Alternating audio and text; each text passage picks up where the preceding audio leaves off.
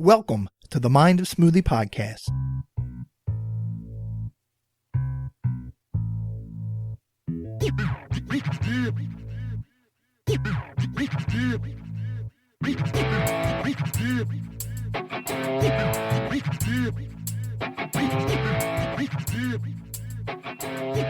You are now tuned in and listening to the Mind of Smoothie podcast.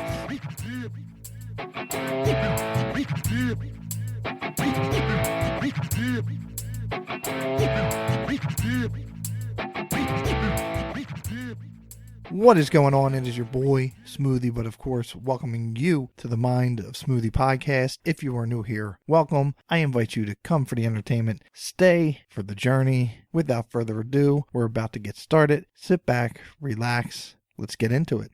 I don't know about you all, but for me, certain things from my childhood that as I become older, I begin to question whether or not these things were real, whether or not I dreamed them up, or if I took a few different things, smashed them all together, and made up some narrative. But if it's a toy, if it is a place I visited, a vacation, a television commercial, a TV show, the older that I get, the fuzzier it becomes. Thankfully, through the invention of the internet, a simple search, a YouTube video maybe, a Wikipedia entry, you're able to confirm these things and see that they did exist, or you were off your rocker. Others, there's not so much information on. Even in this, later age of the internet, there's not much to go on. And that is the case with a television show that I remembered when I was growing up. It was a children's television program that aired on the local CBS affiliate, Channel 10 in the Philadelphia area. Ladies and gentlemen, today we're going to be talking about a show that was for years and years a unicorn to me, something that I really questioned whether or not it was real or not. Ladies and gentlemen, we are going to be talking about the Candy Apple News Company. It's time now for the Candy Apple News Company, featuring Alistair Cuckoo, Boris Bat, Morgan Mole, Sparks O'Sullivan, CB, and our editor-in-chief, Matt Robinson. This is your announcer, the radio speaking.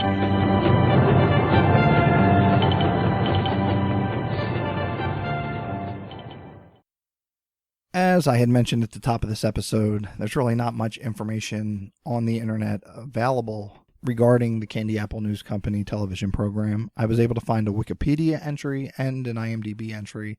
Both of these entries were light, and both of them pretty much shared the same information. So I will just give you what I was able to uncover. I don't know, maybe somebody listening who was local to the Philadelphia area and was growing up or lived around this time, maybe you can shed some light and have some additional information. The Candy Apple News Company was a locally produced children's television series that was produced and or ran from 1979 through 1981 for WCAU TV Channel 10 in Philadelphia, which at the time was a CBS affiliate. The show is set in a newspaper office with live actors interacting with puppet characters. Each episode was about 60 minutes long, consisted of these segments with the puppets and the live actors, different educational segments, pre-produced educational or informative pieces that were all sprinkled in throughout the course of the show. Think of it, if you will,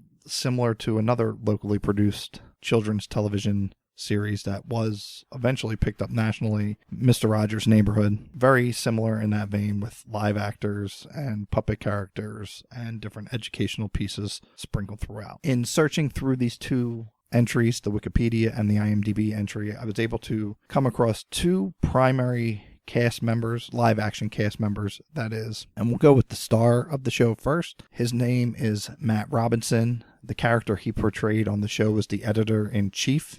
Matt Robinson played the original Gordon in Sesame Street around 1969. He is a Philadelphia native. He also did some writing for Captain Kangaroo, a nationally televised or nationally syndicated, however you want to put it, children's television series, very similar in nature again to the Candy Apple News Company. Also, he did write for a duration of the show's lifespan for the Cosby Show, which was pretty interesting to see that. His daughter is actually Holly Robinson Peete. She was in 21 Jump Street, and she is married to former NFL player, quarterback Rodney Peete. Unfortunately, Matt Robinson did pass away back in August of 2002. There's one stopping point to try and investigate the show further. The other cast member that they listed on these two entries was Mary Margaret Myers. She played the character CB. She was a supporting character, interacted with the puppets as well. But outside of this show, the only information I was able to find out about her was that she was for a better part of her I would assume after this show, she was a news anchor for ABC. At the time of Candy Apple News Company, she was also a news director at WCAU TV. So they really just pulled in the resources that they had at the station because this was all shot in-house right there. She passed away as well back in October of 2010. So again, there's not even a chance to reach out to her, but that's life, I guess. It's just crazy. And the other one, and I'll get into this later, but how I came across this connection, one of the puppeteers on the show was Mark Ritz. Now, if that name sounds familiar to you, he was probably most prominently known as the lab rat or the rat on Beakman's World, Lester. You know, that was him dressed up in the character. And his parents were, again, Philadelphia natives. They were puppeteers as well and had kids shows in the 50s. But he's also known as the puppet co-host on the PBS show Storytime. So I guess Keno was that name. I'm not familiar with that show. So he did have some successful stuff. But unfortunately, he passed away in December of 2009 as well. So there's three, potential leads to this show that have all since gone, but we'll come back to Mark Ritz in a little bit. And aside from that, that was all the cast information that I have or was able to find about the show. There's not even really production on the show in terms of who might have produced it or who might have been involved, because there might be other names, writers, whatever. I'm assuming Matt Robinson, of course, probably did a lot of writing for the show. But there was also another program on around this time called Star Stuff. Again, a local Philadelphia show, same vein. And I believe Mark Ritz had involvement in that, whether it was just being a puppeteer for a segment. I believe the segment was The Edge of Space, if I'm remembering correctly, but we're not talking about Star Stuff right now. But that was it in terms of live actors and the cast. There were quite a few puppets on the show. One was a bird who lived in a clock, and his name was Alistair Cuckoo Clock, Boris Bat, Morgan Mole, Sparks O'Sullivan, and the radio. The radio was just a big, console-looking radio that was kind of the announcer, narrator on the show. And that is it. They're the main characters, and they are the only ones that I did remember. Again, at the beginning of the show, I mentioned that this was very much a unicorn for me. Had me guessing if it was actually a real thing, because there really wasn't much information about it. But lo and behold, last fall, I was just searching, because every once in a while, periodically, I would go in, search Google and see if there's any new information, or search YouTube, and there was an episode, incomplete, but albeit an episode of the show. We're going to talk a little bit about that now, and a little bit about just my memories overall of the Candy Apple News Company. Before we dive into the episode, I feel it's important to just give a little background about how I found the show when I was little and how we got to this point where we're at now with this craziness trying to find it and find more information about it. So as a little guy, I would wake up on Saturday mornings and go into my parents' room before they got up and before the day really started, because they had the huge 19-inch TV with the remote control and cable, not like the dial TV that I had in my room with the trusty NES hooked up to. It was color, so I'm thankful for that. But I would go into prep and start preparing for the Saturday morning cartoons. And typically back in the 80s, the blocks of cartoons on all the major networks usually started around 7 o'clock in the morning. Of course, I was up before this, so it was probably about between 6 and 7, and I flipped on Channel 10, which was CBS. And I remember catching this show, and it all came back to me when I finally saw this episode. And this was all stuff that was in my mind as I was doing my searches and trying to figure out if this was real or not. And I remembered the news studio or the newspaper office. I remembered the logo. At the time, I thought it was the Candy Apple News Network when I started searching for it as I got older. But then I remember watching it, knowing it was there to pass the time, and I knew in only a little bit the good cartoons would start, and that was just my childish thinking at the time, because this was a good show for what it was, and for all intensive purposes, I really wish it was a bigger thing, and documented better and archived. But so from just then, and remembering the show that I would see, and it seemed like it wasn't every Saturday, or maybe it wasn't every Saturday that I caught it. But when I did see it, I remembered it, enjoyed watching it. It kept my attention. So skip ahead and to the year 2002. I am now going on 23 years old. It was 4th of July. I remember talking to my buddy, and for whatever reason, I brought it up. I was like, hey, do you remember this show? And I gave a little specifics. I think one of the characters that I remembered a lot was Boris Bat. And I mentioned it, and he kind of knew what I was talking about. But then again, we had been drinking, so I don't know if it was the alcohol talking or whatever, and how much he really did know. But whatever the case may be, I felt a little bit of vindication that this was a real thing, and that I should pursue this. And maybe there is stuff out there now that we have this, fairly new invention at the time, the internet. So I went to work and proceeded to search for it. Probably not even Google search at that time. And no luck. There was no YouTube at the time, so if there was any video clips or any footage like that, it would have been a flash video or a little MPEG file embedded right into the website. But in my searching, I did come across, and this brings it back to what I had mentioned earlier in the episode, in terms of Mark Ritz, when we said we would come back to him. So somehow, doing my searches, I found out that his name came up and one of his credits was the Candy Apple News Company. I don't know if this was his personal website. I don't know where I seen it, but I was like, that's it. That is the show. It had to be his website, but I was able to contact him through his website, and he replied back. This was 2002. He didn't have to do it, but he did. And very nice. And he said, yes, I was a puppeteer on that show. I did Boris Bat. And I forget if he said he did any of the other characters. And I had asked him in the initial email if he happened to have if there's any footage of it laying around anywhere on VHS tapes, or if the studio itself would have had this archived. And he's like, I may have one episode on a tape that's very, old and degraded. And that's as far as it went. It was nice and kind to him to reach out to me and, kind of continue to cement the fact that this was a real show.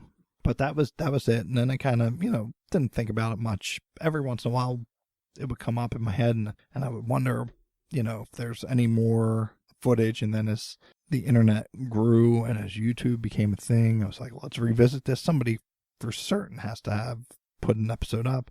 Nothing. But finally, like I said, last fall, I happened to put in YouTube Candy Apple News Company, and sure enough, there was an incomplete episode. I immediately downloaded it to save it and archive it. I'm glad I did, because it is no longer on YouTube. I don't know if it was flagged and removed, if the user no longer was there. I wish I would have marked it or noted it, who was the YouTube subscriber, whatever the case may be. But now I do have in my possession an incomplete episode, and it's so good to see, but at the same time it's so defeating, because I'm led to believe and think, and one of either the Wikipedia or the IMDb stated it was 60 minutes duration for a show. This is only 28 minutes, but it does have some old commercials in it too. No standout ones, a lot of local ones. But so it was cool to see that.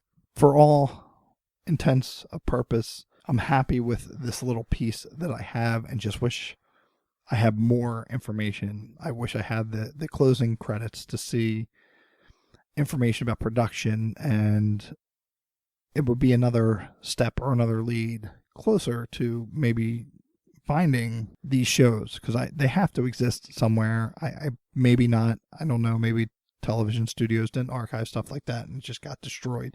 This episode is titled To Catch a Thing. The premise of the show is we see Matt coming to the office, and he goes to get the daily edition of the newspaper, and he puts a quarter in, and there is nothing in the newspaper box. So he opened the machine up, and there was only 2 quarters in there, one being one that opened the machine to get all the newspapers, and the other being his. So he goes in and starts asking around the office. He goes first to Alistair Cuckoo, who is missing a piggy bank. And then we hear that Boris the Bat is missing a picture of his mother. Morgan Mole is missing a journal.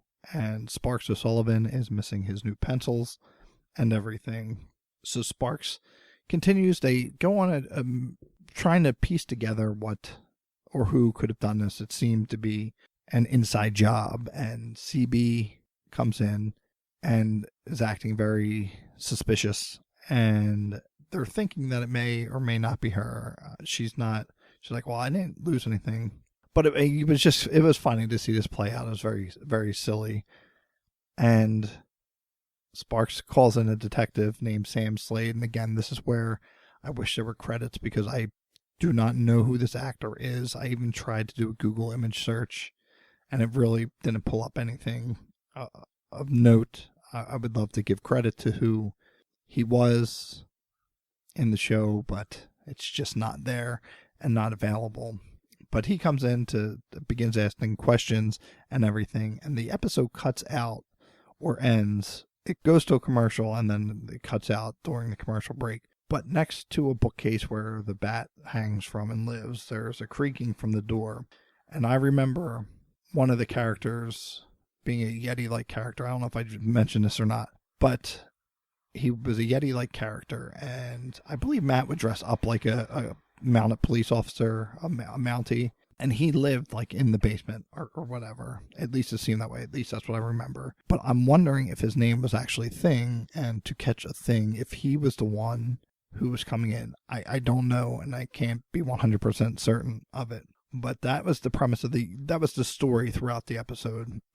Again, that was 28 minutes worth, so not even take out the commercial time. Probably have a good 15 to 20 minutes of an episode. But we have, in that episode, there are 2 of the produced clips. One's about a youth hockey organization in New York, and the other is about a theater for people who are deaf, and that is, I believe, in Ohio. So it was just, they were obviously like probably stock videos that the show could go and purchase to put in there. But of note, there was another segment in there called Meet the Animal, and on this one, Matt interviewed a tiger. It was a person dressed in a tiger suit. Maybe it was Mark Ritz himself. I don't know. Again, it's one of those things you would love to know and see credits for, but pretty much it was like a plug for the Philadelphia Zoo. They showed some footage of tigers and everything, and the radio comes back and says, you can learn more about tigers visiting in Philadelphia Zoo. So anyway, it's a really wacky episode, but it was fun, and it was good to come across that and go back to it after all these years and finally be truly vindicated, but still feeling like there's more out there. I mean, I went as far as, I reached out to Mark Ritz, and I reached out to NBC, the WCAU channel, because NBC now owns it, and asked, and they just pointed me to a blog that I had already read. So that was kind of a dead end. I don't know if CBS held the rights, and maybe I should reach out to CBS. I don't know. But it was good, like I said, to see it after all those years. But I'm still going to pursue finding out more about this episode. And that brings me to this final question in closing. I know all my listeners are not from the Philadelphia area, but Are there shows in your area like this that ran in the 80s? This seemed to be a thing in like the 80s, even earlier than the 80s, but I don't think I think it kind of phased out in the 80s. But local children's programming or programming that was put on by local TV stations that were affiliated with major networks. Like in this case, it was CBS, but I kind of Google searched that recently, and I did see there were some in like Rhode Island and different places. So if that is the case, let's talk more about this on the Facebook group, Mind of Smoothie Podcast and Friends. Join the group and let's continue the discussion. And if there are people listening from Philadelphia and remember this show and have any more information, or maybe somewhere buried in your attic or your basement, there are VHS tapes, and maybe, just maybe, you have hidden gold in full episodes of Candy Apple News Company. Please let me know. I would love to get in contact with you and get those digitized and get them out there. As far as this episode goes, I'm hesitant to put it online, back on YouTube, because if it does get taken down, then I don't want to deal with any strikes or anything against my channel. But at the same token, if it does, then maybe I can get a little more information, maybe see who the copyright holder is now, and maybe find more episodes and more Candy Apple News goodness. And that's going to do it for this week's episode. I hope that you enjoyed the show, and let's continue the discussion in the Mind of Smoothie and Podcast Friends Facebook group. You can also check out and like the Mind of Smoothie Facebook page. Other places you can find me on the internet are Instagram, Twitter, and YouTube at Mind of Smoothie. Also be sure to check out mindofsmoothie.com to keep up to date on all the things and goings on in the Mind of Smoothie. That's going to do it. Take care, and we will talk on the next episode.